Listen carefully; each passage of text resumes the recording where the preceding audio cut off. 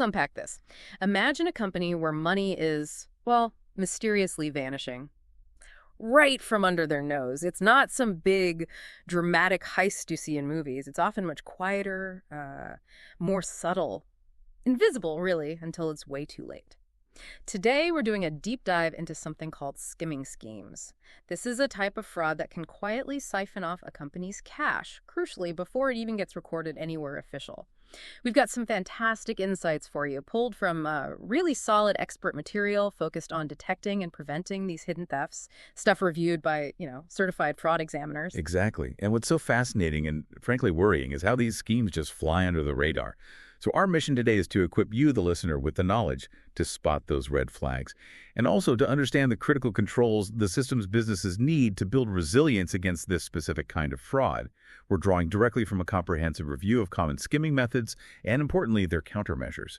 We really want to get to the heart of it. Yeah, absolutely. Whether you're, say, prepping for a business meeting, or maybe you're just curious about financial security in general, or perhaps you just love figuring out how things really work behind the scenes.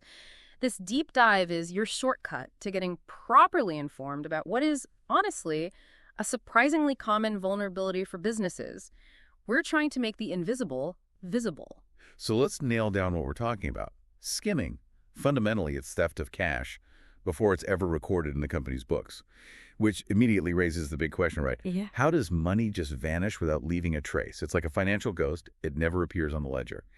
And that's why it's so insidious. I mean, if it's not recorded, how do you even prove it was there to begin with? That really is the deceptive core of it, isn't it? The material we looked at highlights a few key ways this can play out. For example, think about maybe a retail setting or a restaurant. Someone collects cash from a customer, but just doesn't record the sale at all. Poof, the money's taken. But according to the books, that transaction never happened. The company literally has no idea that revenue ever existed. Right. Or maybe slightly different, they collect the cash, keep a portion of it for themselves, and then underreport the sale amount. Ah, okay. So say a $100 sale gets rung up as only $50. Exactly. The other $50 just vanishes into the employee's pocket. The sale's on the books, which makes it a bit harder to spot, but it's recorded for less than what actually came in. Okay. And the source material mentioned another one involving customer accounts. Yes. This one gets really tricky, especially with accounts receivable or AR. A fraudster might collect a customer's payment on their outstanding bill, but then they just don't credit the customer's account. Oh, wow. So the customer thinks they've paid, but the company records still show they owe money. Precisely. The cash was received, but it got diverted. The company's totally unaware. And you can imagine the customer getting pretty angry when they keep getting collection notices for a bill they already settled. That can actually be a red flag itself sometimes. I can imagine. And there was one more subtle method mentioned. Yeah, a bit more sophisticated, perhaps. Collecting cash and then holding it, maybe in a personal bank account that earns interest, before eventually depositing it into the company account. So they're basically getting a free loan and pocketing the interest. That's the idea. It's using the company's float for personal gain.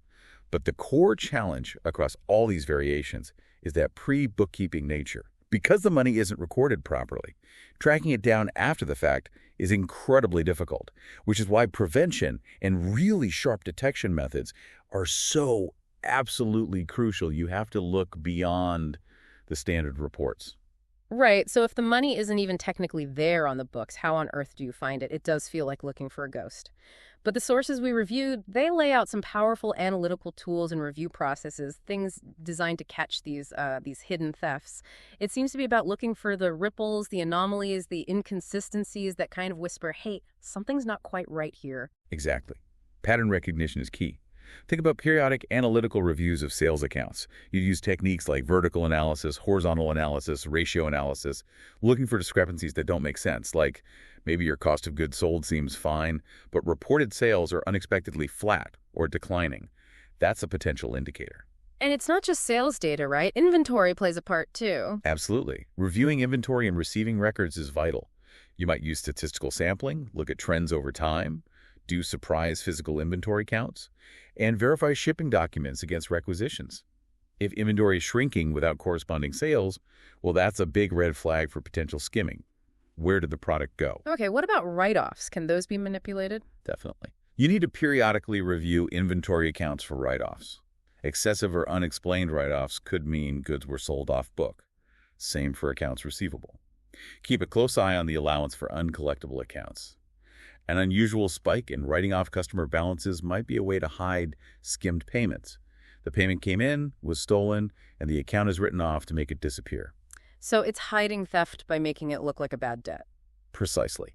And you also need periodic reviews of the cash accounts themselves, just looking for any irregular entries or adjustments. Okay, beyond the pure numbers, the source material pointed to some more operational or even behavioral signs. Yes, these can be very telling. For instance, look for unusual delays between when a customer says they mailed a payment and when it actually gets posted in your system. That lag could mean someone held onto the cash for a bit. Oh, And of course, unexplained shortages when you reconcile your cash drawers or accounts with bank records. That's a classic sign. yeah. If the cash isn't there, well, someone might have taken it before it got counted or deposited. You also need to make sure your deposit totals actually match your account's receivable postings, right? Any mismatch needs immediate investigation. Yes. And check deposits in transit. Money you supposedly sent to the bank but hasn't cleared yet. If those linger for an unreasonable amount of time, that's a major warning sign. Someone might be manipulating the deposit process. And there was a human element mentioned, too, about working hours. Right, this is a subtle but important behavioral flag. Are employees involved in sales, AR, cash receipts? Are they putting in excessive weekend or after-hours work? Especially if it seems way beyond what the job normally demands. Why would that be a red flag? They might need that extra unsupervised time to manipulate records, catch up on the complexities of their scheme, or, cover their tracks when fewer people are around. Makes sense. And, maybe surprisingly, the sources mentioned checking trash. It sounds basic, but yes. Don't overlook the work area, even the trash bins of suspects. You might find notes, calculations, maybe even evidence of a whole second set of informal records where they're tracking their skimmed amounts. Wow. Okay, what about looking outside the company? Customers. Crucial. Someone independent of the accounts receivable function should be reviewing aging AR reports. And, importantly, directly confirming those overdue balances with the customers themselves. So a customer might say, but I paid that bill weeks ago. Exactly. That immediately flags a potential issue where payment was received but diverted. Also, think about sending out random customer satisfaction surveys. Ask about the price they paid, how they paid cash, card, other details. A customer might innocently reveal information that contradicts the official record, like mentioning a cash payment for a sale that wasn't fully recorded. That's clever. And checking invoices against price lists. It's essential to make sure customers are being charged correctly in the first place. Prevents underbilling as part of a scheme. And just generally monitor your cash flow. Investigate any unexplained drops in cash availability. Look for significant changes in your daily cash balances compared to typical patterns. And, critically, review all journal entries to the cash account. Scrutinize them for anything unusual or unauthorized. Those entries can be used to try and force the books to balance after skimming occurs. All right, so we've covered detection, finding the ghost. But like you said, prevention is key, stopping it before it starts. The material we explored gives a pretty robust checklist for building strong defenses. It seems to be about layering controls. Absolutely. And a cornerstone of prevention is something called segregation of duties. This is fundamental in fraud prevention. Basically, no single person should control a financial transaction from beginning to end, especially when cash is involved. So you split up the tasks? Exactly. Yeah. For example, the person who opens the company mail, where checks might arrive, should be different from the bookkeepers, cashiers, or anyone making accounting entries. And those accounting staff shouldn't be handling the unopened mail delivery either. Okay. Separates receiving from recording. Right. And think about the accounts receivable bookkeeper. They should not be preparing the bank deposit. They should not be collecting cash directly from customers. And they should not have access to the raw cash receipts. Keep those functions separate. And the cashier, what restrictions apply there? The cashier shouldn't have access to the accounts receivable records. And they shouldn't be looking at bank statements or customer account statements either. You want different employees handling general ledger entries, cash receipt entries, and the actual AR billing. That division minimizes the opportunity to both steal and conceal. Got it. What about the mail opening process itself? More details there. Yes, specific steps are vital. The employee opening incoming checks needs to immediately Stops them being cashed elsewhere. correct. That same person should create a list, a remittance list of all checks and cash received. Then they deliver all that cash and those checks directly to the person responsible for making the daily bank deposit. And here's a crucial check. Another Independent employee needs to verify the bank deposit slip against that original remittance list created by the mail opener. That reconciliation step. The cross-check. It's a critical control point. Okay, beyond splitting duties, what about physical security and company policies? Very important. Using a bank lockbox service for customer payments is a great control. Payments go directly to the bank, bypassing employee hands almost entirely. Reduces the opportunity right there. Massively. For any cash you do handle on site, make sure you have a proper safe with strictly limited access. Undeposited cash, change funds, keep them in a time lock safe if possible. And depositing cash frequently. Daily. Absolutely. Don't let large amounts of cash sit around on the premises. It's just temptation. If you use night drops, verify those deposits first thing the next business day. Makes sense. What about documentation? Use pre-numbered receipts for all cash sales. It creates accountability for every transaction, makes it harder for one to just disappear. Also, consider bonding employees who handle cash. It's essentially insurance against theft. Like an insurance policy on their honesty almost? In a way, yes, protects the company financially if the worst happens, and have clear written policies. For example, a procedure for turning over delinquent accounts to collection agencies. Consistency matters. And one more independence point.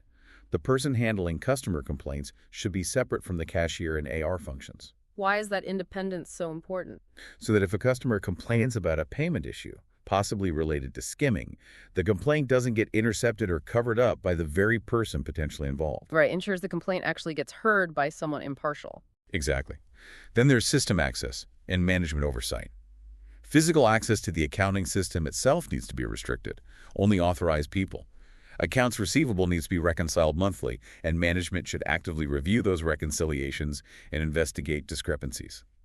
Management approval should also be required for all discounts or coupons given to customers. Prevents fake discounts being used to cover skimmed cash. Precisely. And monitor key metrics, returns, voids, credit memos. If they exceed sales transactions by, say, 10 to 15%, that needs a closer look. Same if cash transactions seem unusually high compared to sales, maybe exceeding them by 15 to 20%. That could indicate sales are being underreported. Okay, always looking for those outliers. Always. If you use a lockbox, reconcile customer payments against the lockbox receipts. Ensure everything matches up. And yes, even checking the mailroom trash for discarded envelopes, comparing them to posted payments, can sometimes uncover discrepancies. It really is about attention to detail at every level. It is. Look for patterns in write-offs and discounts or certain employees, customers, or amounts frequently involved. Investigate those patterns. And run trend analysis on accounts receivable. Look for unusual numbers of overdue accounts, or strange activity like debits suddenly appearing in long-dormant customer accounts. Get those dormant activity reports and review them. So wrapping this up, what's the core lesson here for our listeners? It feels like preventing and detecting skimming isn't about some magic bullet, is it? It's more about being meticulous, having strong internal controls, multiple layers of checks, and just developing a keen eye for those subtle signs that something isn't quite right. It's systemic. Absolutely. And this goes beyond just protecting the cash. It's really about building trust and operational integrity within an organization. When you understand and implement these kinds of controls, you're not just safeguarding assets. You're fostering a more transparent, more accountable environment where fraud struggles to find an opportunity. It changes the whole culture. So the next time you hear about a company's financial controls, or maybe lack thereof, you'll have a much better sense of the kind of deep dive they should be doing. And maybe, just maybe, you'll start noticing subtle patterns or asking slightly different questions in your own work or even in daily life. Because once you know what to look for, as we said, the invisible starts to become visible. And here's a final thought to leave you with.